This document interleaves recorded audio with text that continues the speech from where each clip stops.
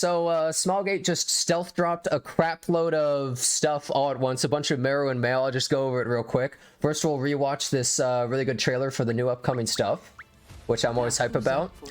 Good old ML Ludwig, which a lot of people have been talking about for, what, the past 3 years or something? I think people have been asking for him. He's got a Rubik's Cube and stuff. This is Fumir, who... She looks like Lua number 2, which means she's probably going to be broken. I don't know. There was a leak from China that she's coming out next, but I don't know for a fact if that's true or not. But I'm really hyped for her. Then Christie's Specialty Change. She might actually become insane. Christie's Specialty Change is actually... That could be, like, really broken. Might be the Ephra's character we need. This character is teased as part of the next side story.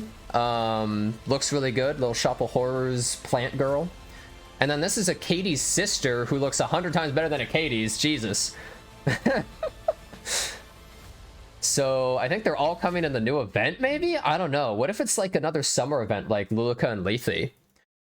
Then the next thing is we're getting another headhunt, which we got previously. So it should be any character, any ML5 that wasn't in the last 6 months, that didn't come out in the last 6 months. So you can't choose someone like ML Landy, for instance, most likely.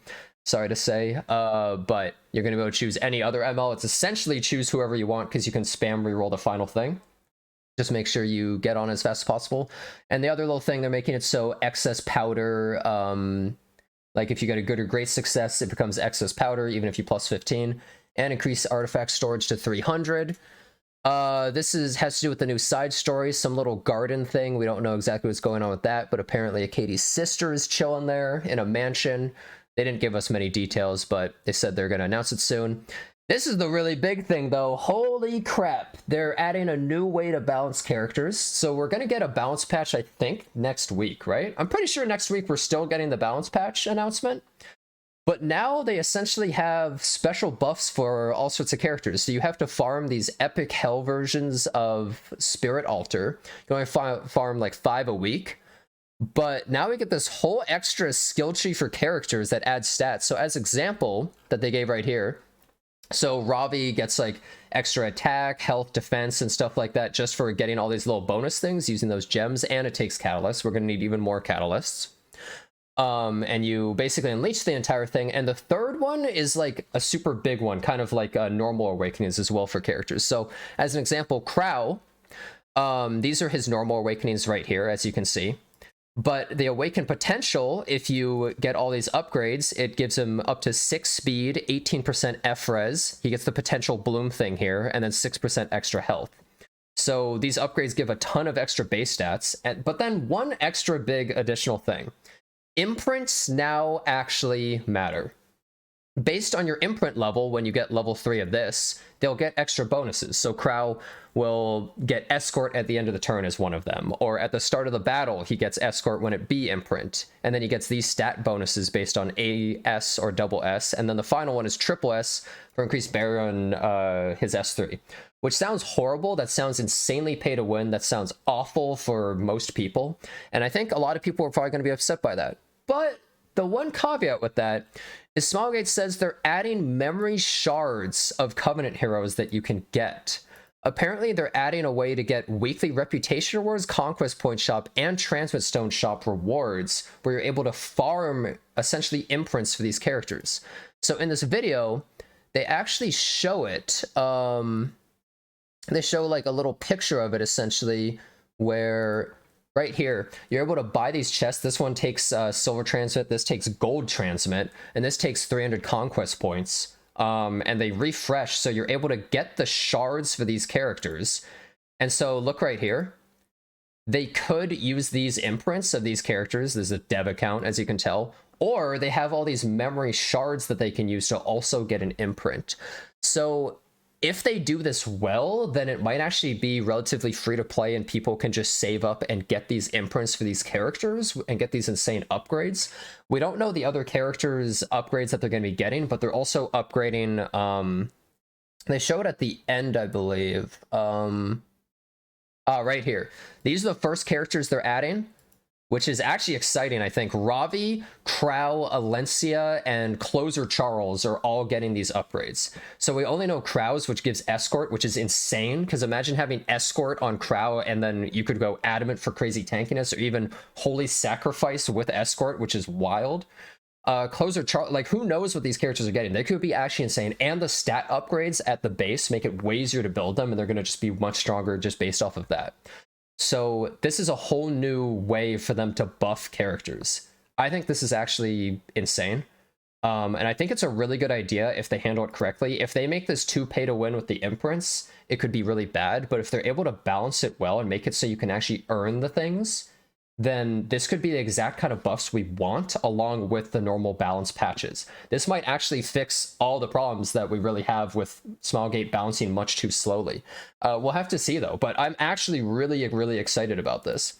Also, they're adding like special artwork for all the characters that could get this bonus, and like extra voice lines and other little things like that, which is pretty cool. Also based off of friendship. So yeah, I mean, this is actually really exciting. Awaken potential, policy, and direction. They're pretty much just saying, like, we want to start doing this. This is a way to actually be able to even buff ML5s because they don't make exclusive equipment for them.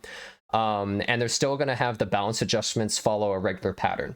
So this is a really big deal. I hope they do it decently often. But the first 4 characters, I think, are all characters that badly needed it. And I think it's a great idea.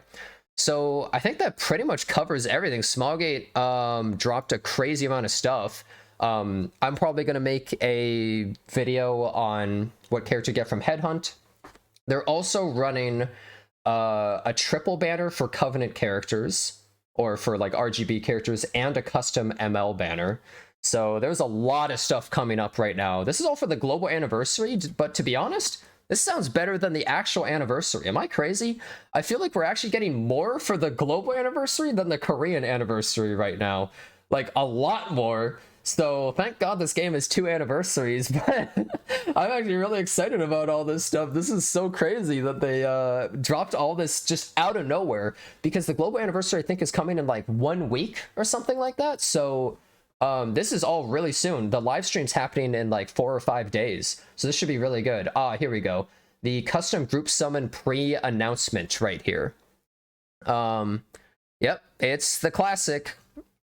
They say it's coming on 11/9, so it's real soon. And the Awaken potential comes out 11/9, so this next live stream is gonna go insane. I'm really excited for this stuff because I've just wanted more character balance and buffs for so long, and they're finally doing that. They're finally doing this, and a free ML5 for everybody. Can't wait for EU anniversary. Yeah, they'll probably give like 2 leaves out for everyone, which is insane. Every EU player will probably get like 10 bookmarks. It's going to be so hype. Can't wait for the EU anniversary, man. That's what we've all wanted. I was in the middle of playing some dumb Coomer game, and then I had to suddenly look at Merwin Mail. Like, I didn't expect any of this. We get 11 free covenants per day for 7 days as well, which is always nice. Oh my! And 2,000 conquest points, 100 silver transmit, 20 gold transmit, a bottle of knowledge, and a slate. Bro, dude, the Korean anniversary is actually so much worse than the global anniversary. Dude, the global anniversary is adding so many game-changing things and free things. This is insane. Holy crap. I think a lot of people, including me, were just like, man, I hope there's something good this next patch. Well, I'm not really worried anymore. This is, holy, oh my, this is a huge win for Smilegate. Like, actually, the amount of goodwill Smilegate is getting for all these things is probably insane. Like, we are gonna ride high off of all this stuff for at least like 2 to 3 months minimum, bro. Like, this is some good food. We're eating good. Suddenly became best game ever, essentially. Yeah, ML Landy's probably not in the ML selector, probably, unless they've changed the rules, sorry to say. But wow, that's about all the announcements, I guess. I'm really excited, and thanks a bunch for watching.